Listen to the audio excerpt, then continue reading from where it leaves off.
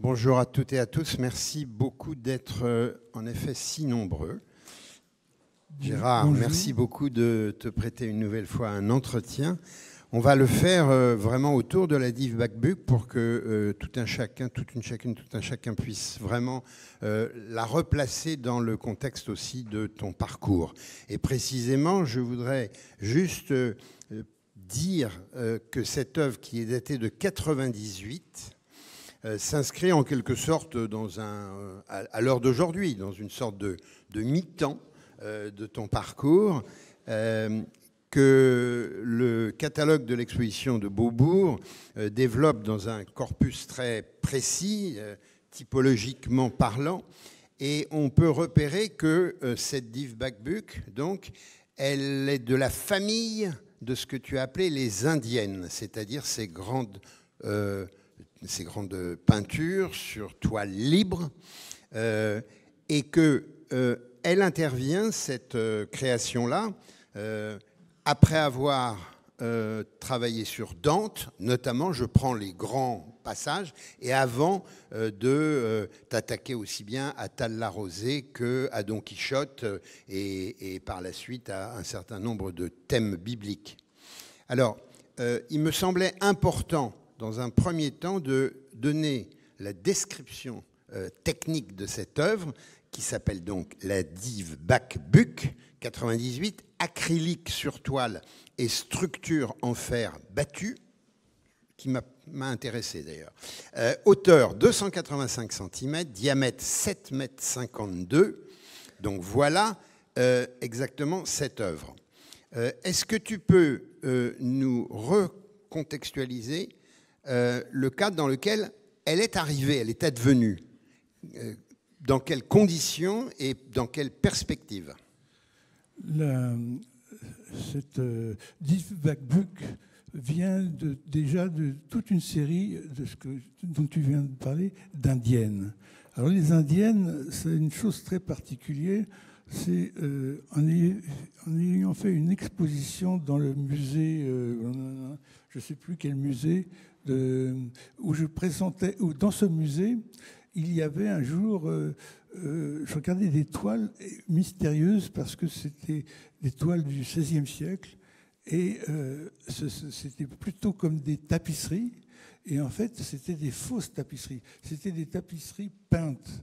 Et on se pose encore la question, est-ce que c'était ces fausses tapisseries étaient-elles pour chauffer un hôpital de cette époque, ou est-ce que c'était pour faire un décor comme on faisait sur les parvis des églises, et que c'était une manière de présenter ce qu'on appelait les mystères.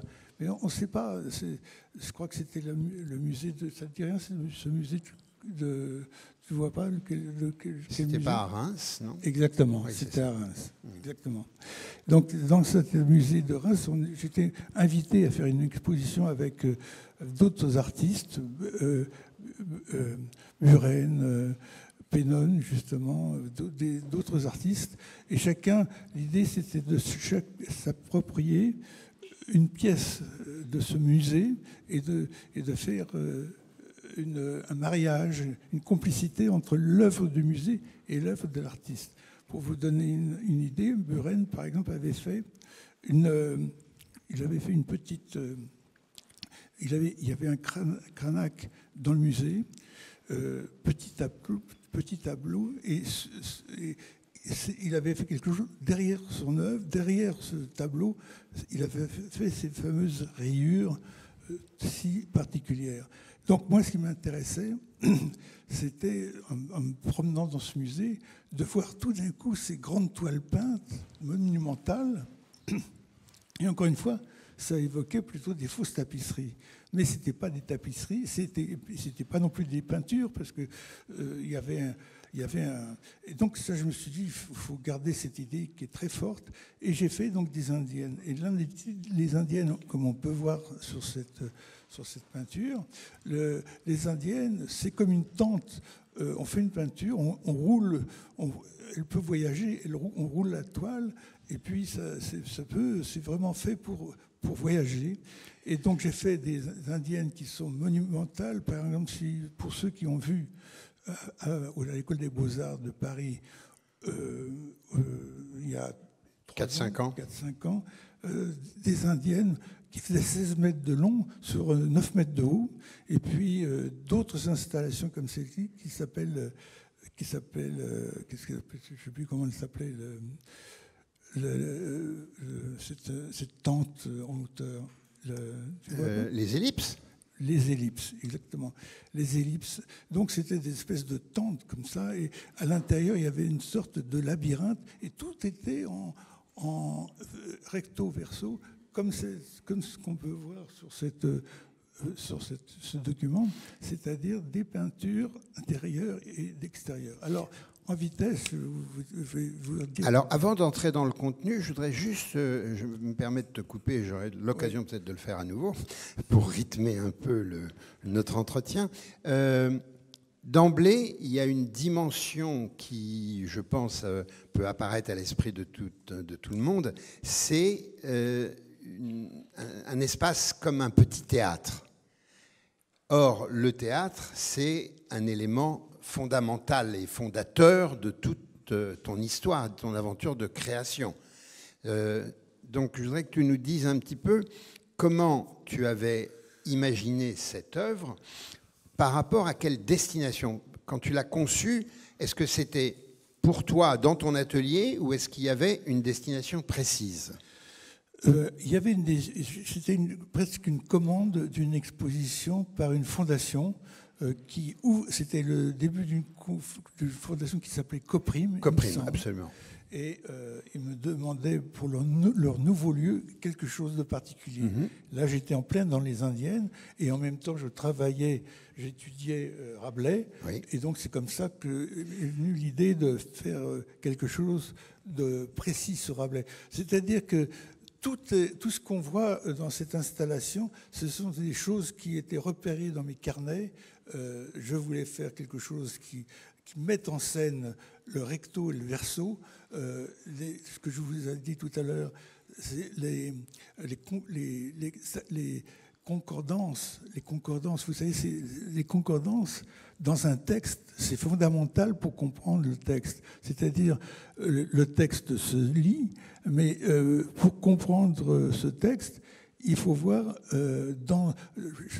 pour être très clair, l'hébreu, pour ça, est tout à fait extraordinaire. Parce que vous lisez en fait, je parle de l'hébreu biblique.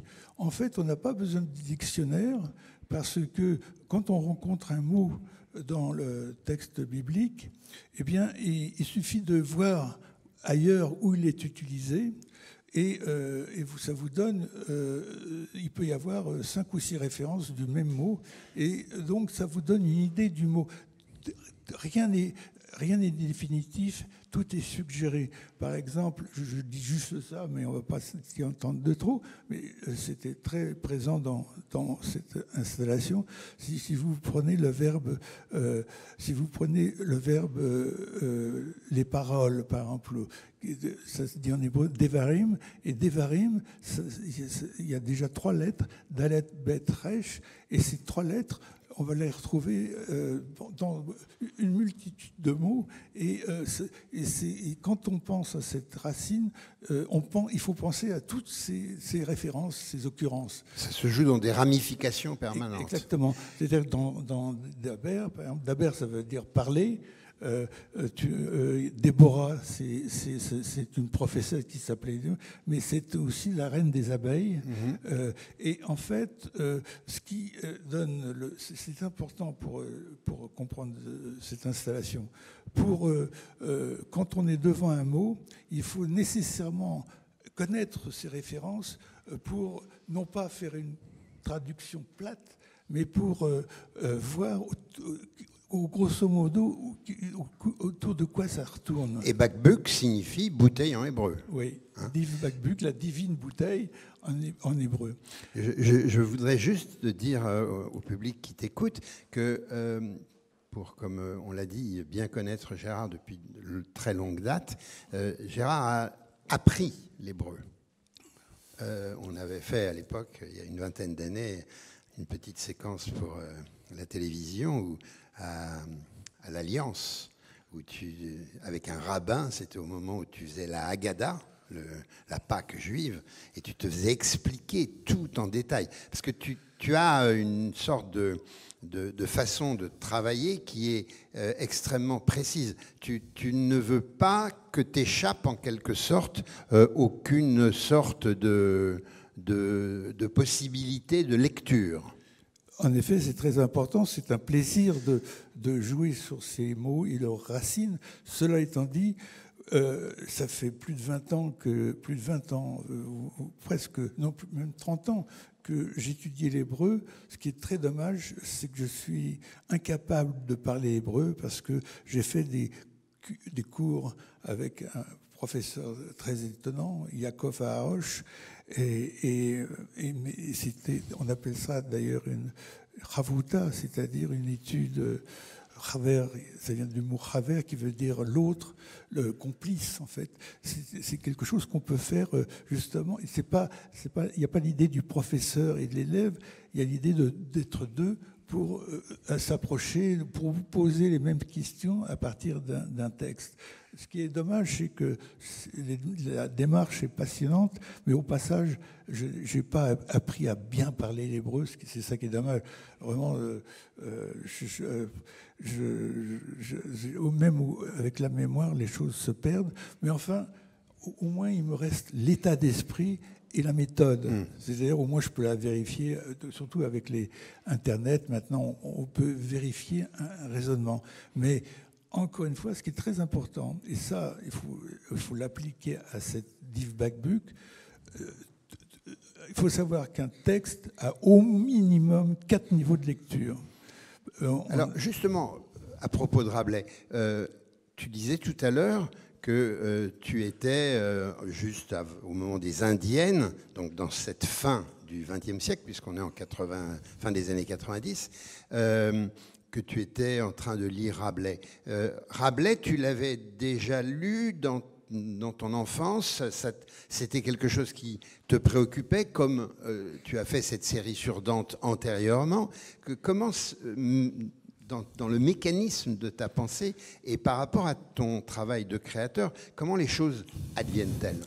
Eh bien, Rabelais, il est venu, comme pour tous les enfants, à l'école, dans les petites classes, surtout que c'est très ludique comme ça. Donc, il paraît que c'est aussi obscène. Oui, c'est vrai que, bien que dans obscène, je ne sais pas si quelqu'un connaît le mot l'étymologie. L'étymologie de obscène, mais en venant ici, je me suis dit, merde, j'ai oublié de regarder. De mauvais augure. De mauvais augure. De mauvais augure. J'ai regardé dans le Petit Robert, bien sûr. Bon, vous voyez, dans de mauvais augure, il n'y a rien de vulgaire. Et moi, je le prends comme ça, ce mot obscène, c'est pas vulgaire. C'est une manière de traiter autrement les choses. Et donc, tu me posais la question. Par rapport à ta connaissance de Rabelais. La première connaissance, c'est à l'école, quand on vous apprend qu'il y a Rabelais, que dans les petites classes, on vous amuse. Et après, en effet, j'ai oublié, et j'ai retrouvé Rabelais en étudiant avec mon professeur d'hébreu.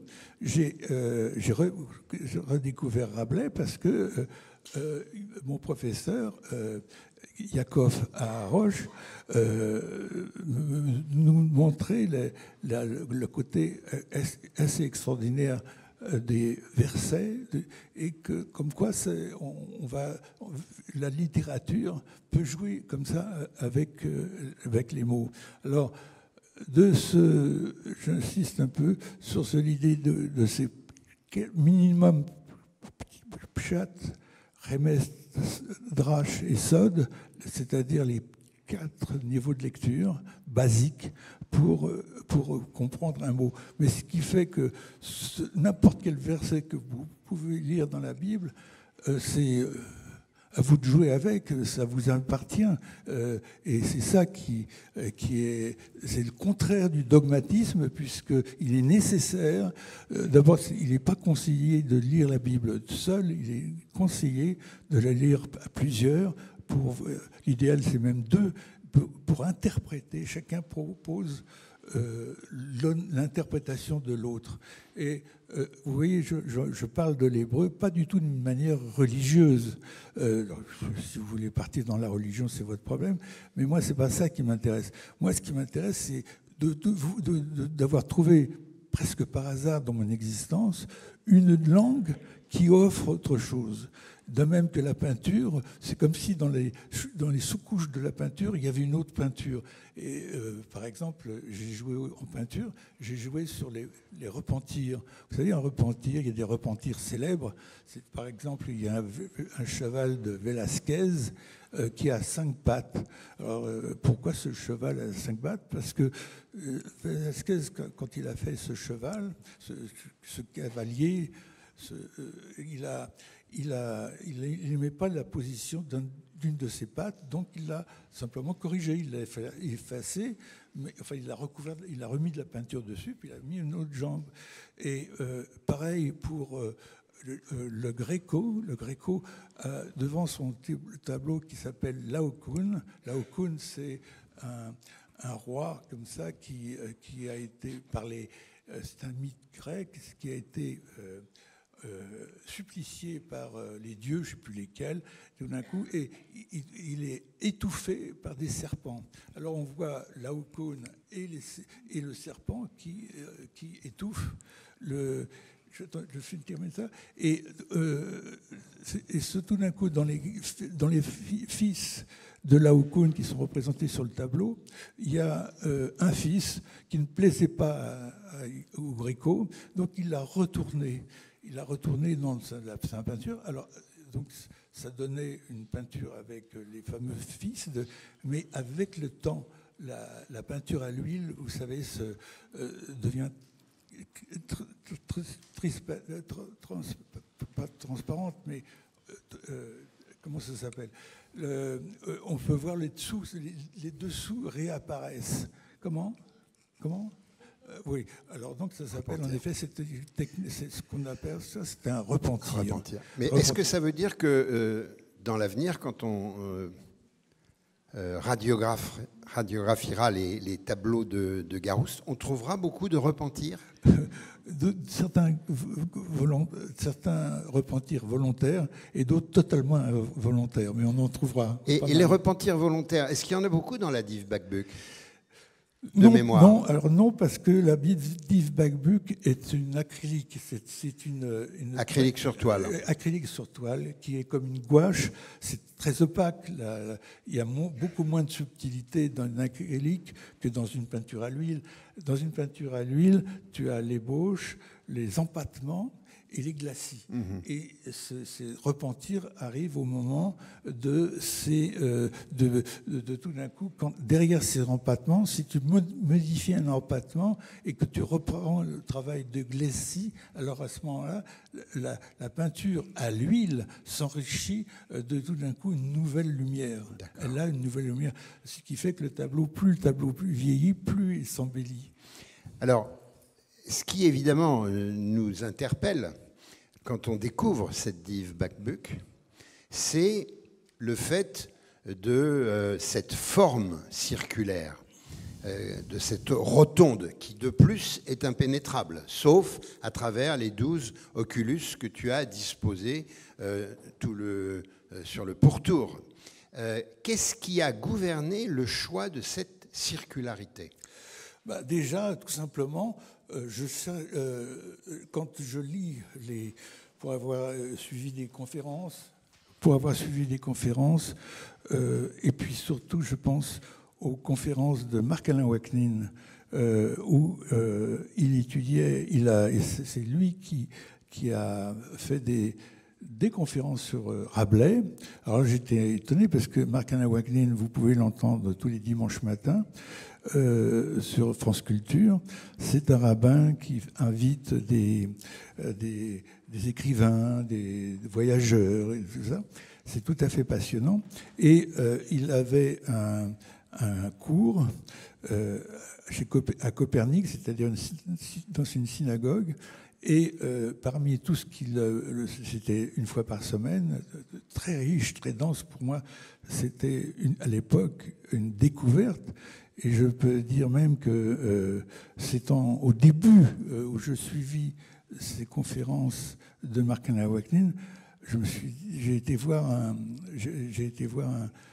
en contact avec un autre rabbin, Philippe Haddad, et je lui ai dit, écoutez, je suivais en même temps des conférences de Philippe Haddad. Quand j'ai commencé à mettre les pieds dans l'hébreu, vraiment, c'était extraordinaire. Et Philippe Haddad, je dis à Philippe Haddad, écoutez, vous faites sans arrêt des références à l'hébreu, je ne parle pas hébreu, j'ai l'impression, j'entends ce que vous dites, mais je ne peux pas comparer, je ne peux pas l'étudier. Et il me dit, ce côté, allez voir de ma part Yaakov à Haroche, et puis vous verrez avec lui. Il disait ça comme si ça donnait l'impression qu'il y avait un seul prof d'hébreu dans toute la France. En fait, il a beaucoup de profs d'hébreu. Et Yaakov, mais c'est vrai que Yaakov à Haroche était particulièrement subtil. Et c'est Marc-Alain Waknin qui m'a fait découvrir qui m'a fait découvrir Rabelais dans ce rapport à la Bible. Rabelais était quelqu'un qui connaissait la Bible et qui connaissait qui connaissait non seulement la Bible, mais il connaissait les niveaux de lecture de la Bible. Ce qui dérange par définition, ce qui dérangeait l'Église. L'Église a des dogmes, il n'est pas question d'outrepasser les dogmes. Et Rabelais s'en est pas privé par l'humour, justement. Mais cet humour posait d'énormes problèmes. Et c'est un copain évêque qui a sauvé la tête de Rabelais, parce que sinon il allait être brûlé. Voilà. D'ailleurs, l'installation que tu la qualifies d'installation drôlatique sur la lecture de Rabelais. Oui, c'est-à-dire pour mettre en exergue que le comique lui permet de faire passer plein de choses. Exactement. Et donc, je joue un peu à ça dans cette installation. La circularité, alors Alors, la circularité, c'est un état d'esprit que j'ai toujours, que maintenant, qui est même familier.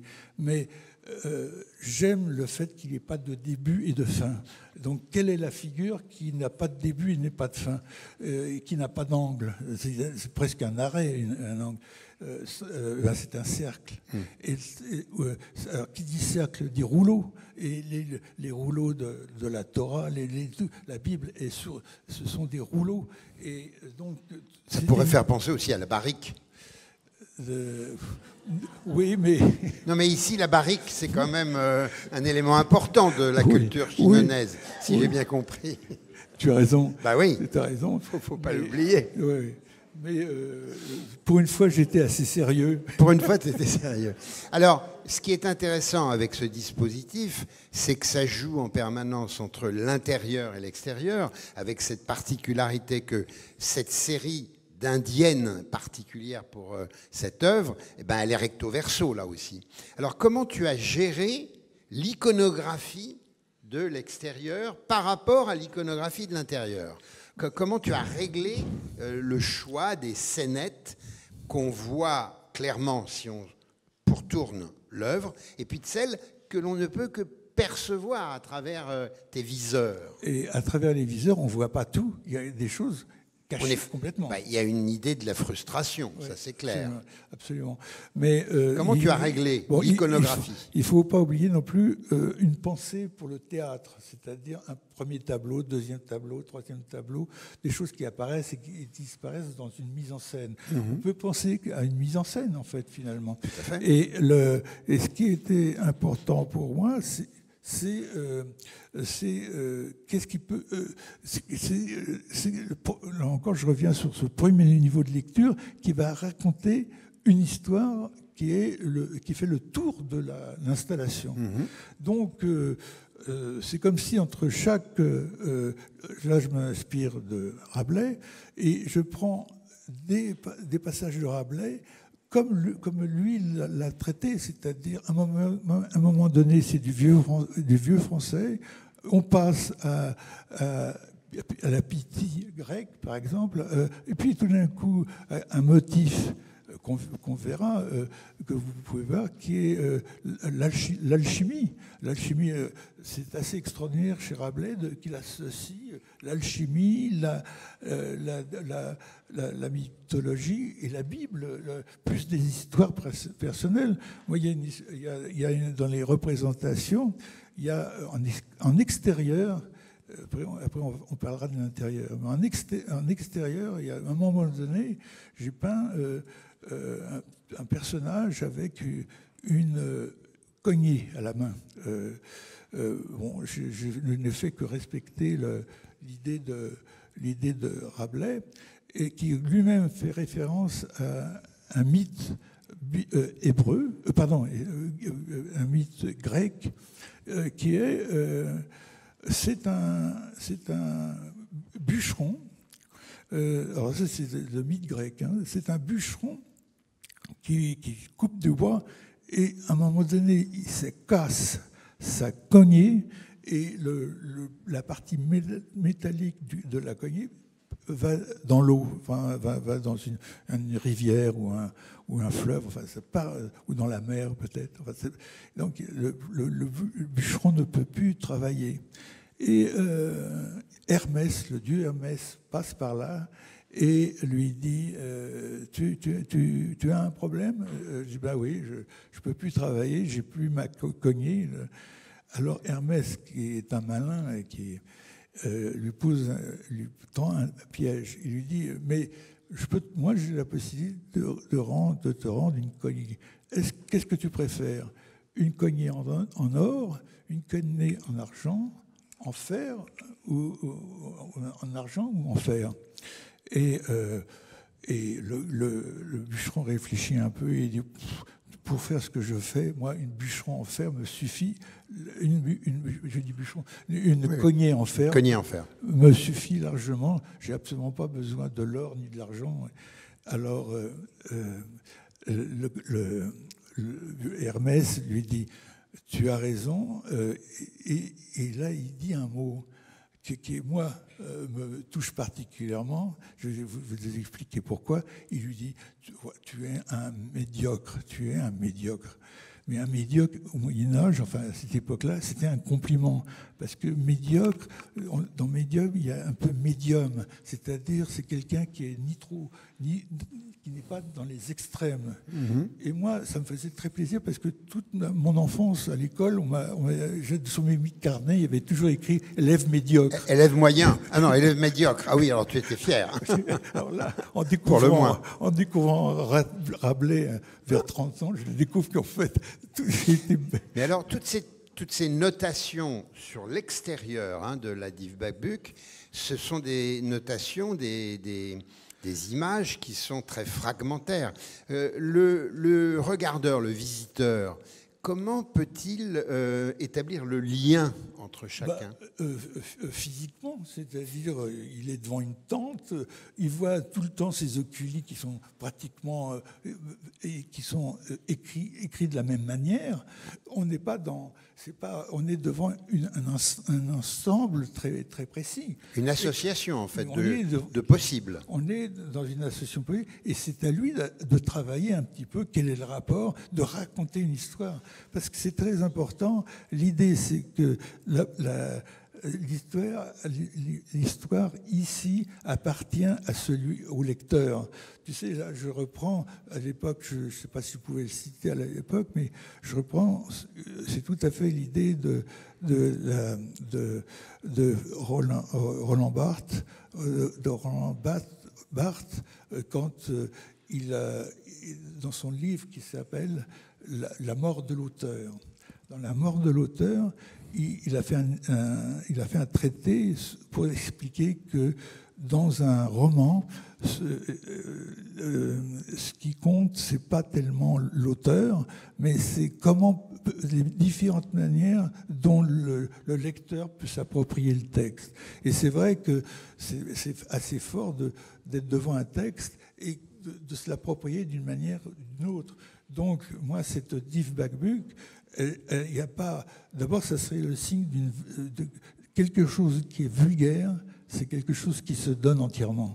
Donc ça peut être une illustration, se donne entièrement, et là on est dans la vulgarité. On est, tu parlais de...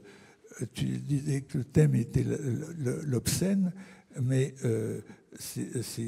encore une fois, l'obscène, moi j'entends dans l'obscène, si on est dans l'érotisme obscène, j'y vois de l'humour, c'est-à-dire il y a toujours un second degré, il y a toujours... Distanciation. Exactement. Et donc, pourquoi je vous racontais tout ça? Je ne sais plus. Alors, on va rentrer dedans, si je puis dire, à travers les oculus, pardon. Je ne sais plus si on dit le pluriel. À l'intérieur, donc, les sujets que tu traites sont davantage mystiques. Oui, plus rabelaisien qu'à l'extérieur. Parce qu'à l'extérieur, ce sont des choses qu'on peut lire, soit dans la Grèce, soit dans la Bible. Donc, à l'intérieur, là, c'est déjà plus personnel et plus des histoires qui appartiennent davantage à Rabelais. Et il s'amuse beaucoup. Par exemple, il y a toute une scène où... alors, il y a la fameuse Panzoust. Oui, la Sibylle. La Sibylle. Et, celle qui s'exprime en pétant. Voilà, c'est ça. C'est obscène. C'est obscène. Et, et en même temps, il y a à un moment donné le langage des signes. Tu sais, les personnages, je ne sais plus, là, j'ai un problème en ce moment de mémoire. C'est parti que ça ne durera pas, tant mieux. Mais ce dialogue entre l'anglais qui fait des signes, je ne sais pas si vous les connaissez, et donc qu'est-ce qu'il est en train de faire? Il est en train de jouer sur des, comment on appelle ça, c'est pas la franc-maçonnerie, mais c'est comme la franc-maçonnerie, mais active, c'est-à-dire comment ça s'appelle? J'essaie de... La cabale? Non. Les quoi? Oui. Les guildes. Les guildes. Ah, c'est les guildes. Les guildes. Merci, Elisabeth. Les guildes. Les guildes, d'accord. Les guildes, par exemple, quand ici, à Chinon, quand on voit les défilés des guildes, là, justement, c'est des corporations et ça se nourrit normalement d'un certain discours qui n'appartient qu'à cette à la corporation en question. Et ça, Rabelais jouait beaucoup avec ça. Il jouait beaucoup sur les corporations et en se moquant beaucoup de ça. Il se moquait de ça. Alors, il faut voir les gestes un peu farfelus. Et je les ai peints. J'ai peint toutes ces... Alors, ils portent des noms, je ne me souviens plus, mais il faudrait que je relise un peu. Ils portent... Il y a l'emploi. Il y a aussi cette figure de géant, torche-cul, là, avec l'oiseau et puis, dufteux. Il y a la Panzoust. Tu vois, Panzoust, oui, la Sibylle. La Sibylle qui est là en train de péter comme un... Mais il y a surtout un mot important. Il y a un mot, ouais, c'est trinch. Trinch. Enfin, je ne sais pas si on dit trinch. Oui, mais on alors, peut dire trinch. Parle-nous de ce mot, parce que c'est le mot, le mot essentiel. Oui, mais là encore, tu sais, pour moi, c'est pas moi qui l'ai dit d'ailleurs, mais c'est exactement, tout d'un coup, c'est le mot qui révèle tout. C'est-à-dire toute l'histoire, c'est comme si tout prenait du sens à partir de ce mot. Trinch, qui est évidemment lié à la dive bouteille. Alors, la dive bouteille, c'est comme si c'était un conte qui révélait, un conte initiatique. C'est la dive backbook. Et Trinch, c'est un mot comme un mot sacré qui en découle. Sauf que là, Trinch, c'est soulever son verre. Et voir la santé de quelqu'un d'autre. Donc c'est pas plus compliqué que ça chez Rabelais, mais il met en scène quelque chose qui va jusqu'à, là encore, la Bible, où il y a dans la Bible, dans le Saint des Saints, il y a un mot qu'on ne peut pas, qu'on ne doit pas prononcer. D'ailleurs, il y avait que le grand prêtre qui le connaissait, et ce grand prêtre, un grand prêtre, il n'y avait que le jour de Kippour, qui continue encore aujourd'hui, sauf que reste à savoir où est aujourd'hui le mot, ce mot-là. Mais il y avait, quand il y avait les temples, les 2 temples, à ce moment-là, le grand prêtre, le jour de Kippour, était la seule fois où il prononçait ce mot saint, et il se passait des choses. Alors, donc il y a beaucoup de légendes à travers ce mot, même dans les contes bibliques.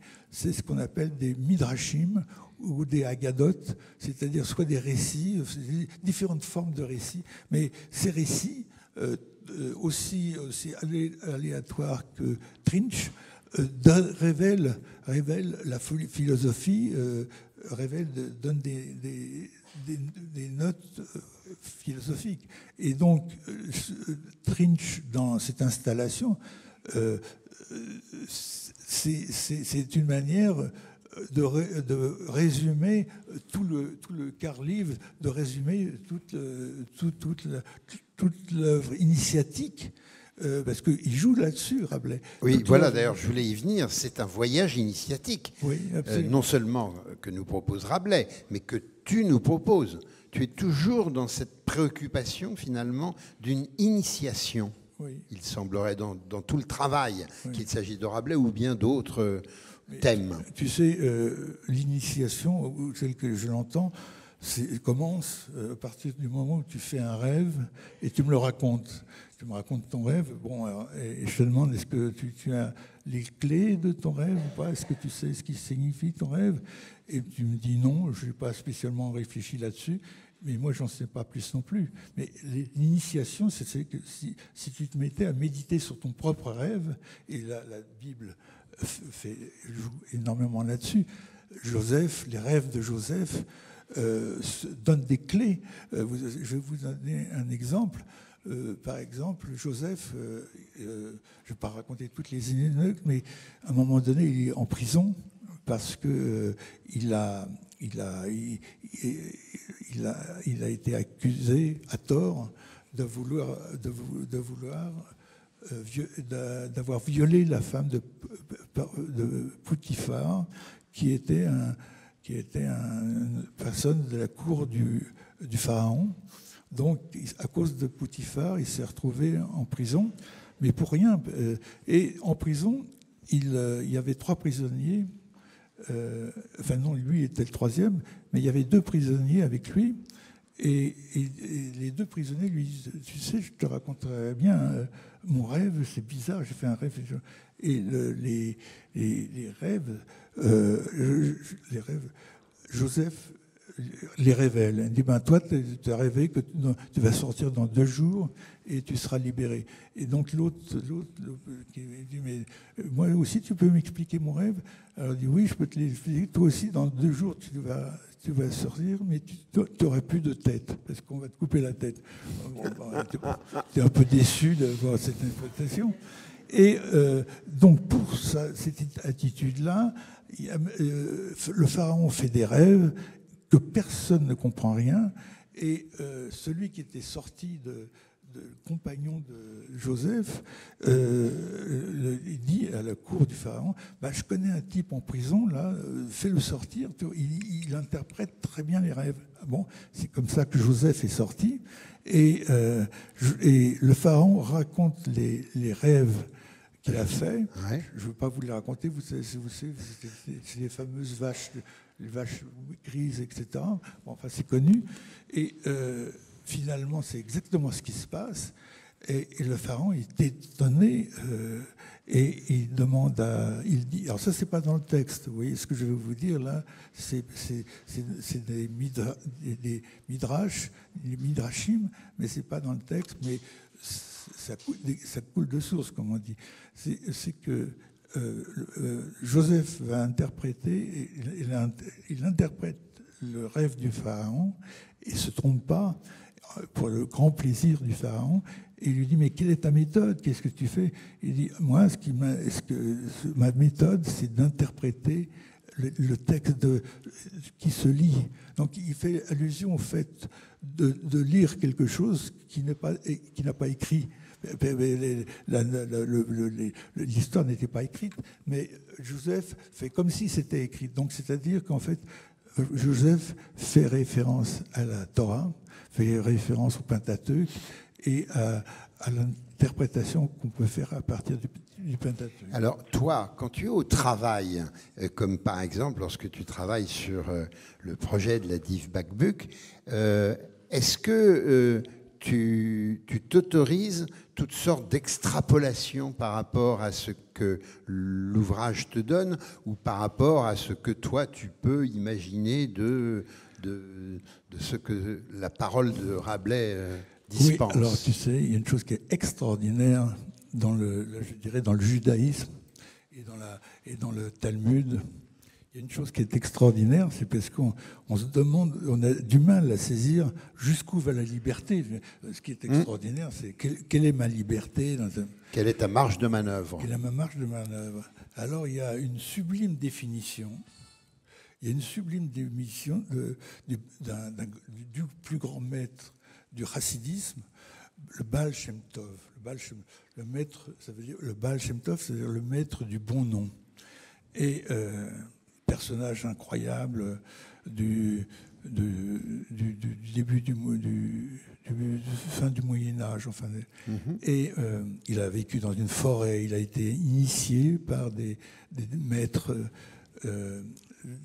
justement de la Kabbale. Et donc, à un moment donné, il définit la Kabbale. Qu'est-ce que c'est que tu m'as bien posé la question, comment moi je disais ça. Comment eh bien, la Kabbale, ça se définit de la manière suivante. Tout ce que tu lis et que tu peux apprendre par les livres, bon, ça c'est un fait. C'est ta connaissance, etc. Mais y compris des textes initiatiques, des textes, tout ce qui vient de l'extérieur et que tu apprécies, que tu contestes, t'en veux pas, t'en veux, etc. Mais ça, on peut en parler. Et c'est une chose qui est donnée. Mais une fois que tu as fait ce constat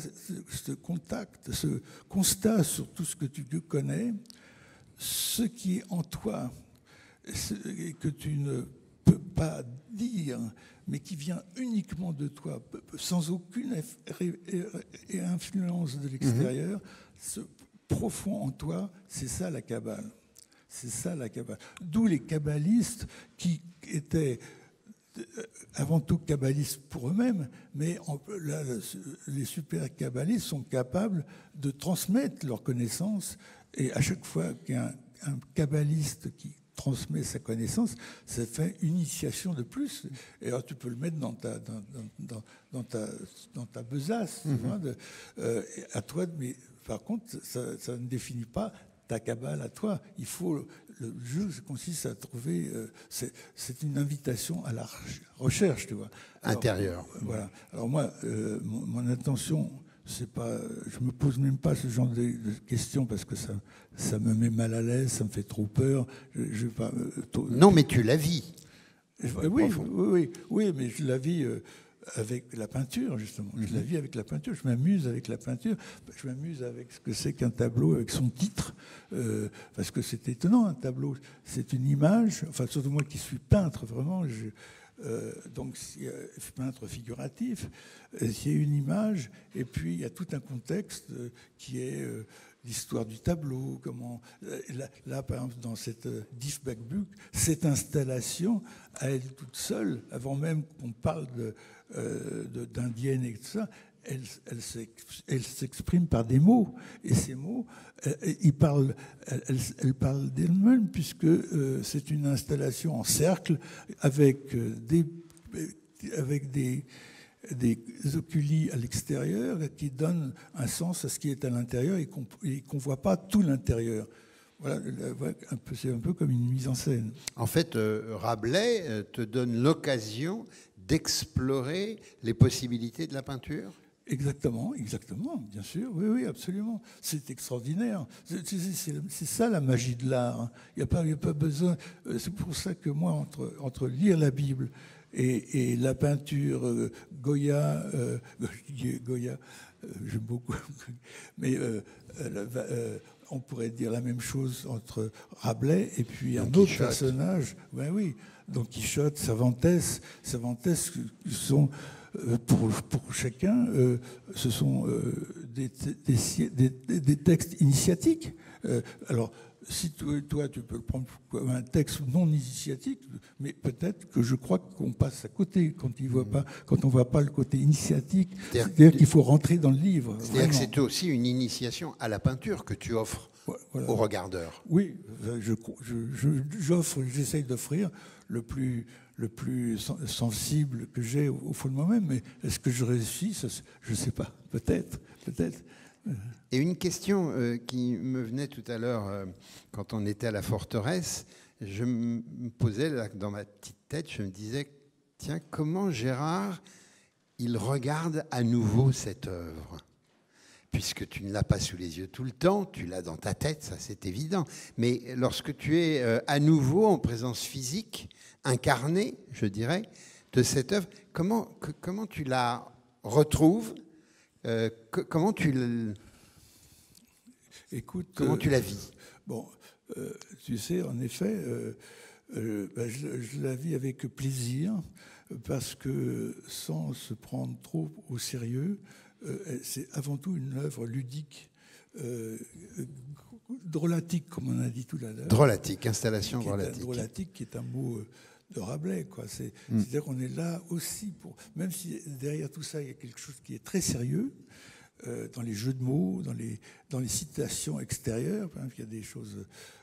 des vrais sujets, qui ne sont pas de moi d'ailleurs, qui sont des vrais sujets philosophiques, eh bien, il y a avant tout l'idée de s'amuser. Et c'est pour ça que les enfants, on avait fait dans une exposition un petit marchepied. Oui. Un petit marchepied pour que les enfants puissent accéder au viseur. Et ça marche, les enfants s'amusent par principe, quoi. Et ça, je trouve ça bien. C'est pour ça, en rigolant, je dis, moi, je suis comme Tintin et Milou. La dysbafbus, ça se lit de 7 à 77 ans. Mais la peinture, à plusieurs reprises, là, dans cette conversation, tu as laissé entendre que c'est pas sérieux, et en même temps tu rattrapes en disant, mais dans le fond, bien sûr, en fait, c'est une balance permanente entre ce qui pourrait être d'une légèreté et d'une profondeur. Oui, je crois que c'est quelque chose qui peut être très profond, parce que c'est complètement en moi. Et c'est ma manière à moi de dire, je n'écris pas, je fais pas différentes choses, je fais pas des romans, et c'est ma manière à moi de transmettre des choses. La transmission, c'est un rôle. La transmission, c'est un rôle auquel j'attache beaucoup d'importance. Pour moi, je trouve qu'on est sur Terre on profite d'un acquis et on le redonne. On la redonne, et on est là pour profiter de cet acquis, ça s'est fait, enfin, c'est continu, je dirais, mais surtout de le redonner dans l'idée de transmission. Et avec Elisabeth, on a créé La Source. J'allais y venir. Parce que c'est avant tout une idée de transmission. Tout à fait. Et ce qu'on transmet à travers La Source, c'est très sérieux en même temps, parce que ça éduque les enfants, mais ça passe aussi par un côté ludique, le côté, voilà. En fait, pour toi, je crois savoir que l'art est une forme de thérapie aussi. Oui, bien sûr. Oui. À travers La Source, c'est ce que tu essayes de dire aussi, que l'art peut permettre à certaines personnes en difficulté de sortir de ces difficultés. Oui, ça c'est sûr que si quelqu'un qui est dans les hôpitaux, s'il peut profiter de l'art, ça peut le sauver, oui. Ça, c'est mon cas, d'ailleurs. C'est la fonction de la peinture ? Non, c'est la fonction de l'art. L'art, si j'avais été musicien, du moment que je suis un artiste, pour moi, c'est fondamental d'être un artiste. Ça me sauve, quoi. Si j'avais été ou épicier ou banquier, de toute façon, c'était foutu. Et comment aujourd'hui Rabelais est dans ta tête? Est-ce qu'il occupe encore ton esprit ou est-ce qu'il est un peu quand même en dépôt, là, au fond du cerveau? Ou est-ce qu'il est encore très présent? Est-ce qu'il vient de titiller? Est-ce qu'il vient de tirer par...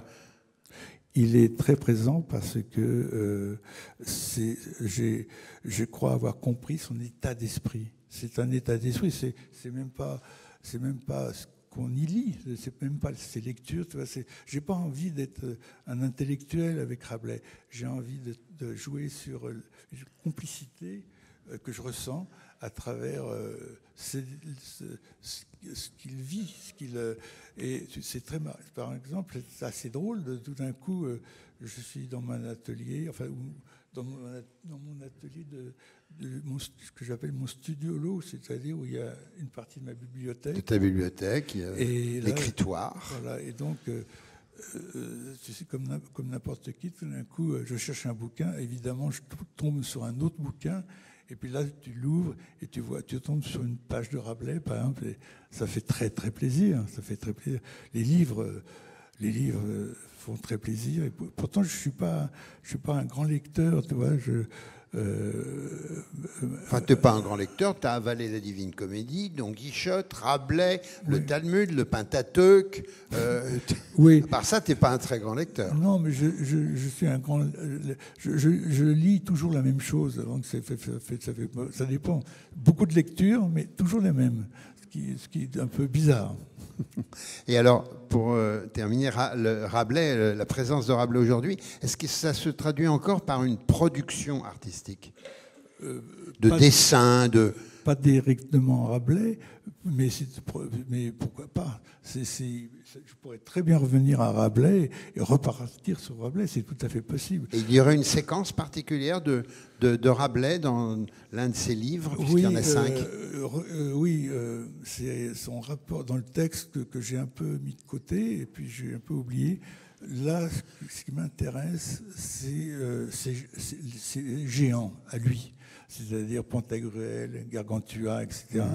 Et dans la Bible, il y a aussi des textes qui sont complètement occultes,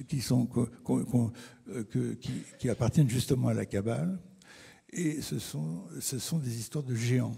Et comme toutes les histoires de géants, ce sont des histoires qui sont très étranges. Par exemple, il y a un géant, Og, je crois qu'il s'appelle Og, il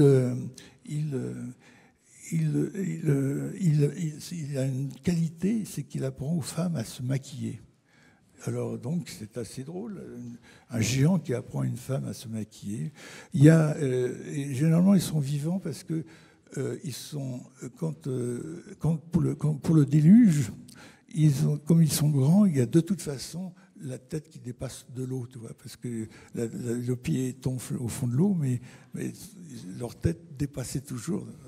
Et puis il y en a même, on dit que sur le toit de l'arche de Noé, il y a un géant qui était sur l'arche de Noé. Donc tu lis tout d'un coup des histoires comme ça, très farfelues, mais elles sont farfelues à première lecture, mais après, si elles sont là, c'est parce que on n'est pas dans le dadaïsme, tu vois, on n'est pas dans la gratuité des blancs. On est dans une construction et il faut rentrer dans cette construction pour voir où ça va. Quelle est la contemporanéité de Rabelais aujourd'hui? Qu'est-ce qu'il... Moi, je dirais que c'est l'interprétation des guerres Picrocolline. Oui. C'est parce que les guerres, c'est toujours stupide et débile. Et aujourd'hui, on vit tellement une époque débile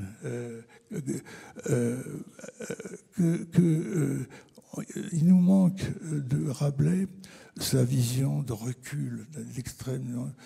Bon, il faut vraiment reculer pour mettre son intelligence, de faire passer devant. Et les guerres picrocolines sont à ce niveau-là tout à fait passionnantes. Donc peut-être bientôt, Garouste va s'attaquer aux guerres picrocolines. Pourquoi pas, oui.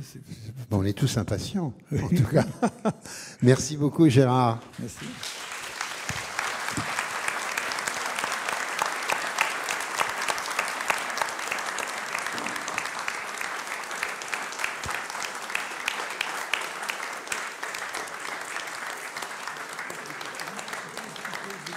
Oui. Merci beaucoup et peut-être, comme Mathilde allait vous le dire, mais des questions dans la salle. Oui. Alors, on va faire un petit moment de questions, pas trop long, parce que après on doit aller déjeuner. On a un programme toujours, hein, le festival continue cet après-midi. Mais voilà, si vous avez une ou deux questions. Oui. Une question, c'est surtout, est-ce que vous pourriez nous passer rapidement les vues de l'intérieur de... Techniquement, non. Ah, d'accord. Alors, deuxième chose, là, une question. Est-ce que le dispositif des panoramas vous a inspiré aussi?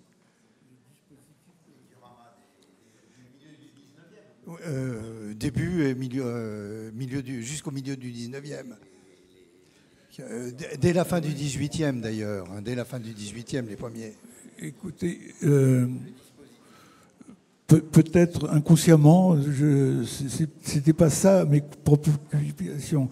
Moi, je cherchais dans mes carnets vraiment comment m'en sortir avec une image qui se résume presque à la limite par un petit trou et en lointain. Si j'avais ici un tableau noir, je vous montrerais comment fonctionne la Diefbach-Buch. C'est un cercle.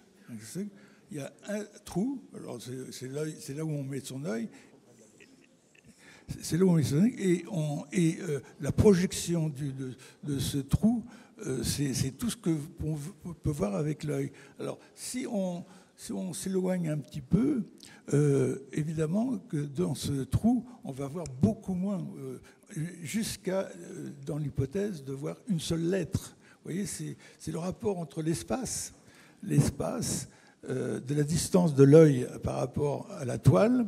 Cette distance-là est proportionnelle à la surface qu'on voit et qu'on peut interpréter.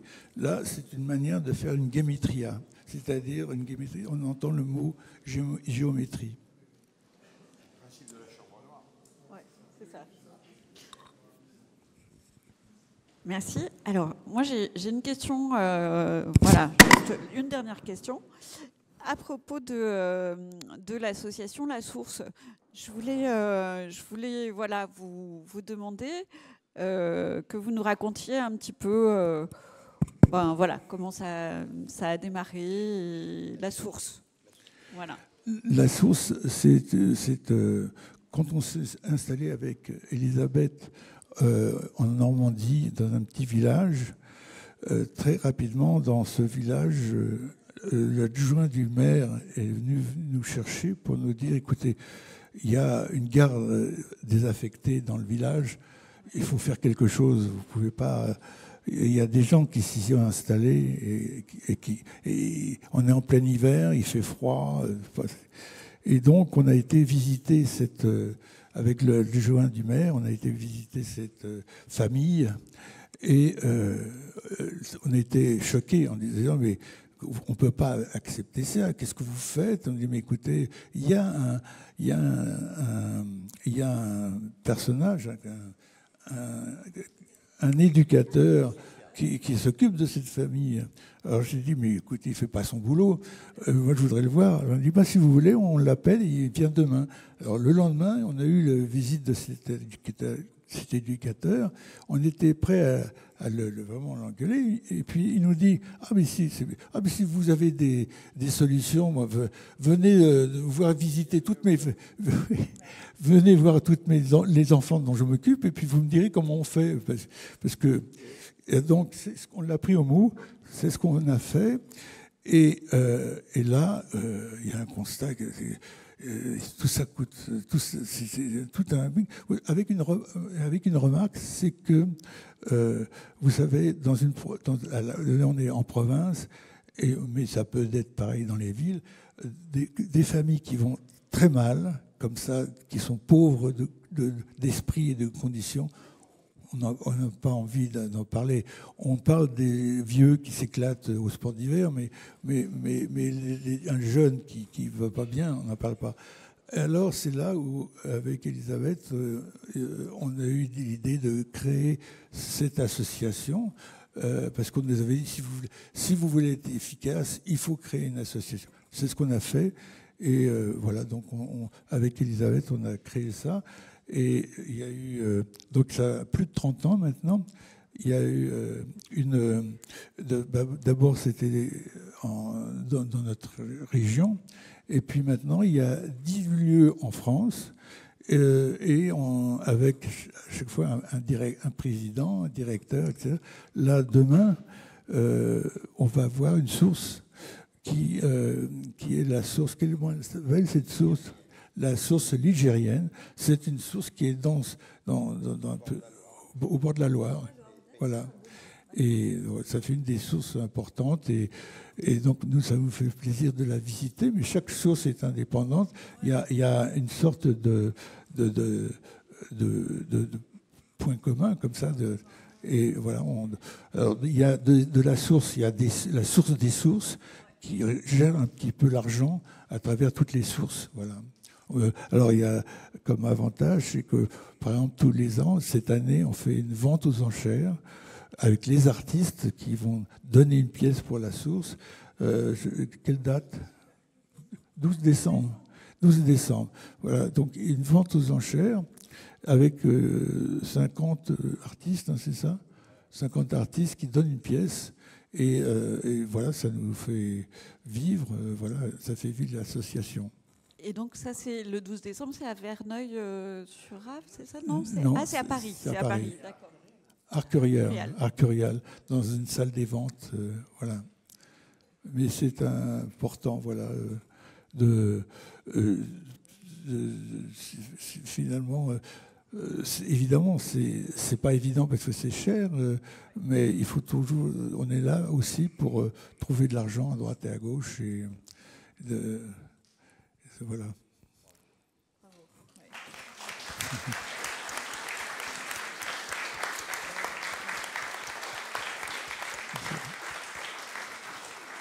Merci infiniment pour voilà, votre présence ici. On est tous vraiment tellement touchés que vous ayez répondu à notre invitation, et votre échange était juste passionnant.